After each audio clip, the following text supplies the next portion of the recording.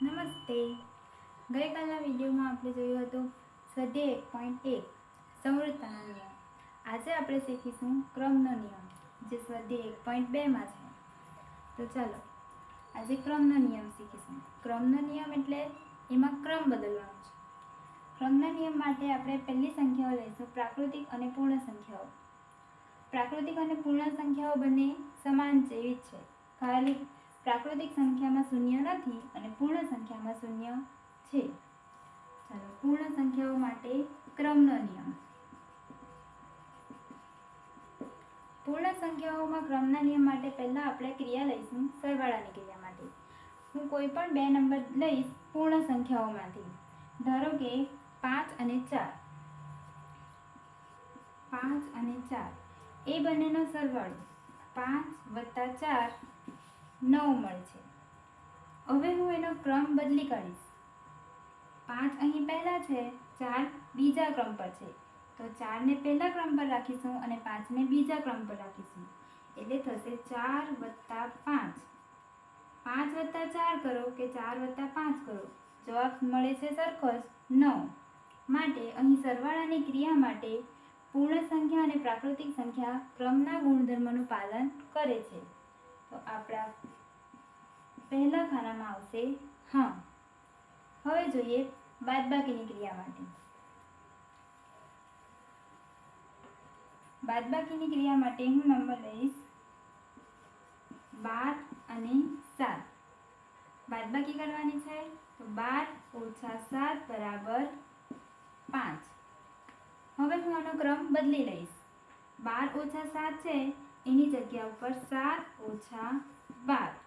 7 માંથી 12 જશે તો આપણને જવાબ મળશે ઋણ સંખ્યા -5. અહીં આપણને મળેલા બંને જવાબ જુદા જુદા છે. એક છે 5 અને બીજો છે -5, જે બંને એકબીજાને વિરોધી સંખ્યાઓ છે. માટે બાદબાકીની ક્રિયા માટે ક્રમના ગુણધર્મનું પાલન થતું નથી. તો અહીં લખીશું ના. હવે જોઈએ ગુણાકારની ક્રિયા માટે. ગુણાકારની ક્રિયા માટે આપણે નંબર લઈશું 8 અને 9. 8 અને 9 નો ગુણાકાર 8 × 9 = 72. હવે હું એનો ક્રમ બદલી લઈશ. 8 × 9 એની જગ્યા પર 9 × 8. 9 × 8 = 72. ભલે આપણે ક્રમ બદલ્યો પણ આપણને જે જવાબ છે 72 એ સમાન મળ્યો. માટે ગુણાકારની ક્રિયા માટે પૂર્ણ અને પ્રાકૃતિક સંખ્યામાં ક્રમના ગુણધર્મનું પાલન થાય છે. અહીં જવાબ આવશે હા. હવે જોઈએ ભાગાકારની ક્રિયા માટે. ભાગાકારની ક્રિયા માટે નંબર લઈશું 15 અને 2. 15 / 2 એટલે લખાશે 15/2. અહીં કોઈ સંખ્યાઓ અંશ અને છેદમાં અવયવ સમાન નથી, તો આ એમ જ રહેશે 15/2. હવે એનો ક્રમ બદલીને જોઈએ. 15 / 2 એની જગ્યા ઉપર 2/15. તો અહીં આપણને મળશે 2/15. આપણને આ બંને જવાબ, એક જવાબ મળ્યો છે 15/2 અને બીજો જવાબ મળ્યો છે 2/15, જે બંને સમાન નથી. તો અહીં ભાગાકારની ક્રિયા માટે પૂર્ણ સંખ્યાઓમાં ક્રમના ગુણધર્મનું પાલન થતું નથી. અહીં આવશે ના. ચાલો હવે જોઈએ પૂર્ણાંક સંખ્યાઓ માટે. પૂર્ણાંક સંખ્યામાં કયા કયા સંખ્યાઓનો સમાવેશ થાય છે? ધન, ઋણ અને શૂન્ય.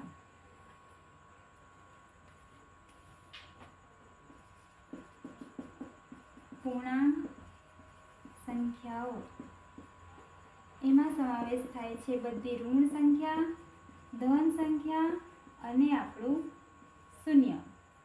ચાલો હવે પૂર્ણાંક સંખ્યાઓમાં સરવાળાની ક્રિયા જોઈએ.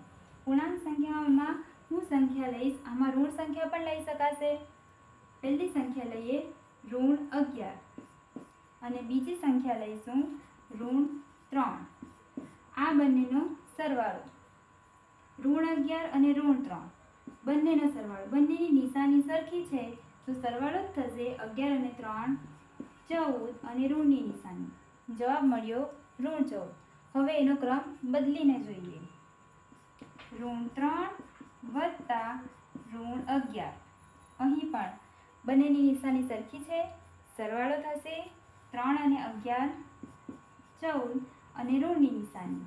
બંને જવાબ આપણને સમાન મળ્યા. તો અહીં પૂર્ણાંક સંખ્યાઓમાં સરવાળાની ક્રિયા માટે ક્રમના ગુણધર્મનું પાલન થાય છે. હા, ચાલો હવે જોઈએ બાદબાકીની ક્રિયા. બાદબાકીની ક્રિયા માટે સંખ્યા લઈશું 18 અને ઋણ 10. ચાલો આ બંનેની બાદબાકી કરીએ.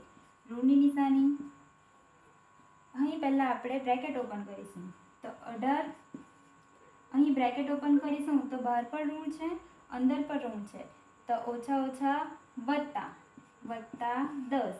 18 અને 10 28. આ આપણને જવાબ મળ્યો. હવે ક્રમ બદલીને જોઈએ. ઋણ 10 પહેલા લખીશ, ઓછા ઋણ 18. 18 છે. બંનેની બાદબાકી. અહીં બ્રેકેટ ઓપન કરશું તો ઋણ 10 અને ઋણ 18. બંનેની નિશાની સમાન છે તો સરવાળો 10 અને 18 28. જે નિશાની બંને પાસે છે એ જ નિશાની આપણે જવાબને પણ આપીશું. ઋણ 28.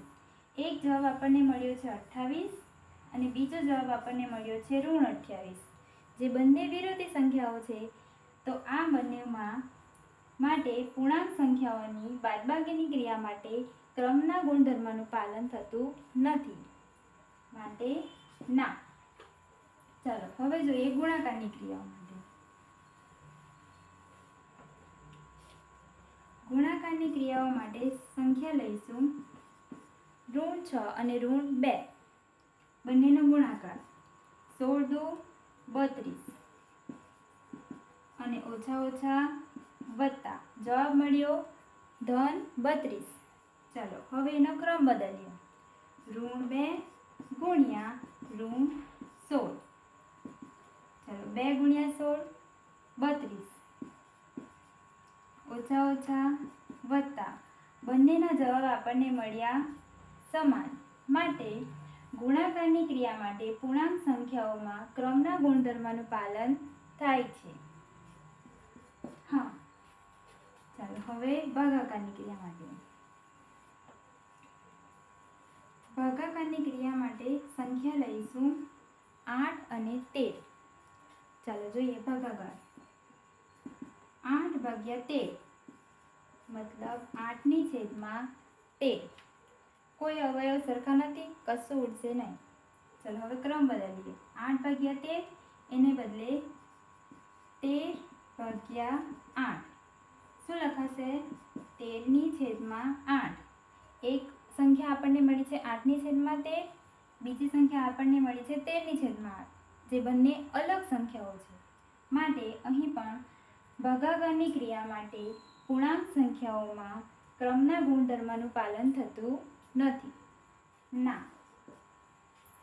ચાલો હવે સમમી સંખ્યાઓ. સમમી સંખ્યાઓ આપણે ગઈકાલે શીખ્યા હતા. સમમી સંખ્યાઓમાં ધન સંખ્યા, ઋણ સંખ્યા, મિશ્ર અપૂર્ણાંક, શુદ્ધ અપૂર્ણાંક, અશુદ્ધ અપૂર્ણાંક, દશાંશ અપૂર્ણાંકો, આ બધી સંખ્યાઓનો સમાવેશ થાય છે.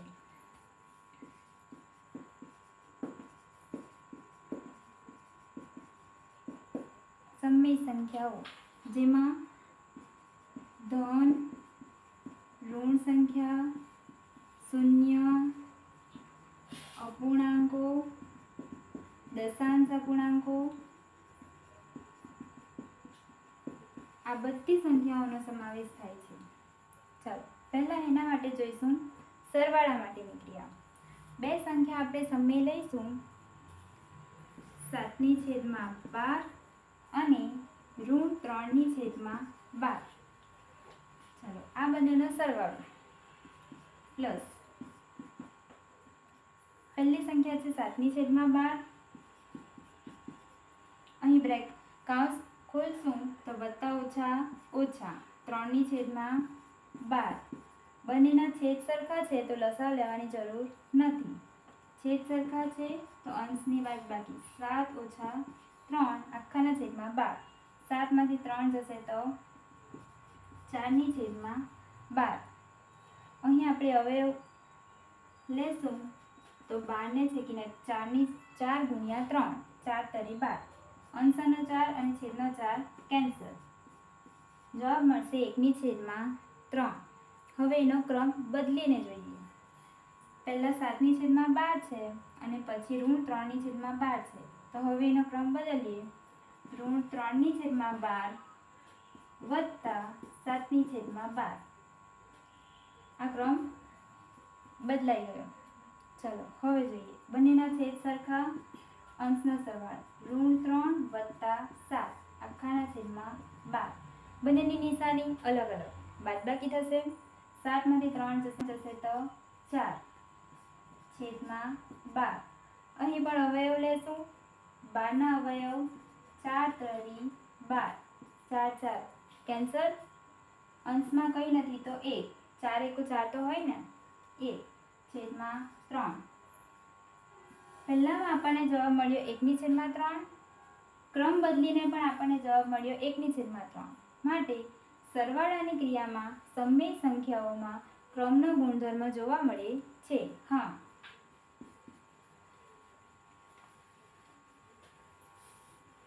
ચાલો હવે જોઈશું.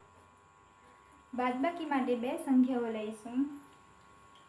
ઋણ 5/18 અને 4/18. ઋણ બાદબાકી થશે બંને સંખ્યાની તો ઋણ. ચાલો પહેલા આપણે કાઉન્સ ઓપન કરીએ. ઋણ 5/18 ઓછા 4/18. બંનેના છેદ સરખા તો અંશ સાથે કરીએ. ઋણ 5 ઋણ 4/18. બંનેની નિશાની સરખી, સરવાળો થશે. 5 અને 4 9. જે સંખ્યાની નિશાની છે તે જ નિશાની. ઋણ 9/18. અહીં પણ 18 ના અવયવ થશે. 9 દુ 18. 18 કેન્સલ. 9 દુ 18. 9 9 કેન્સલ. અંશમાં કંઈ નથી તો ઋણ છે અને 1 છે. ઋણ 1/2. આ આપણને જવાબ મળ્યો છે આનો. ઋણ 1/2. હવે ક્રમ બદલીને જોઈએ. પહેલી સંખ્યા લખીશું 4/18. બીજી સંખ્યા લખીશું ઋણ 5/18. બાદબાકી. ચાલો પહેલા બ્રેકેટ ઓપન કરીએ. 4/18. અહીં બ્રેકેટ કૌંસ ઓપન કરશું તો ઋણ નિશાની બહાર પણ છે અંદર પણ છે. ઓછા ઓછા વત્તા 5/18. ચાલો બંનેના છેદ સરખા, અંશનો સરવાળો. 4 વત્તા 5 આખાની છેદમાં 18. 4 અને 5 9. 9/18. અહીં પણ 18 ના અવયવ થશે. 9 દુ 18. 18 કટ. 9 દુ 18. 9 9 કેન્સલ. અંશમાં કંઈ નથી તો 1/2. અહીં આપણને જવાબ મળ્યો હતો ઋણ 1/2. અને ક્રમ બદલ્યા પછી આપણને જવાબ મળ્યો છે 1/2. એક ધન સંખ્યા મળી છે, એક ઋણ સંખ્યા મળી છે. બંને એકબીજાની વિરોધી સંખ્યાઓ મળી છે. તો બાદબાકીની ક્રિયા માટે સમય સંખ્યાઓમાં ક્રમના ગુણધર્મનું પાલન થતું નથી. ના.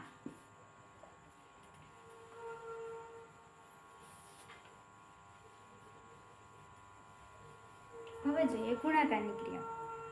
ચાલો ગુણાકારની ક્રિયાઓ માટે આપણે સંખ્યા લઈશું 17/14 અને ઋણ 11/15. ગુણાકારની ક્રિયા છે તો વચ્ચે ગુણાકારનું ચિહ્ન. ચાલો 17/14 ગુણ્યા ઋણ 11/15. અહીં કોઈ નંબર કટ થાય એવા નથી. ચાલો 17 ગુણ્યા ઋણ 11.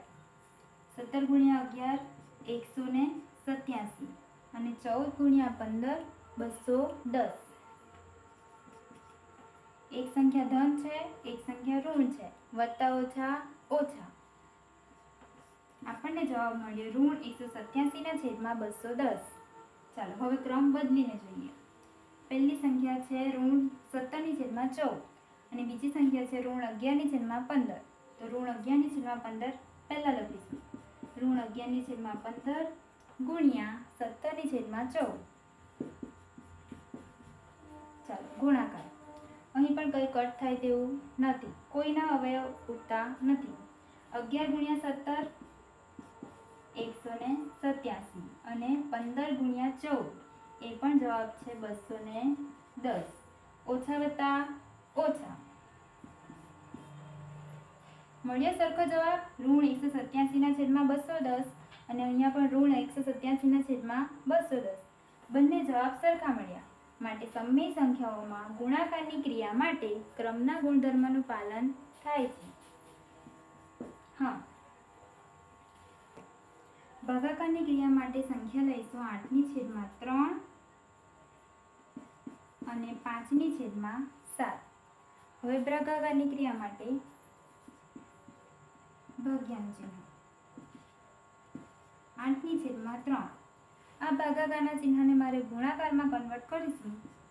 ગુણાકાર કરીશું તો 5/7 નો વ્યસ્ત પ્રમાણ લખવાનું છે. વ્યસ્ત પ્રમાણ એટલે એને ઉલટાવવાનું છે. 5/7 છે તેની જગ્યાએ થશે 7/5. કેમ? ભાગ્યાનું ગુણ્યા થયું અહીં. ચલો અહીં કોઈ અવયવ ઉઠશે નહીં. ગુણાકાર કરીએ. 8 × 7 = 56, 3 × 5 = 15.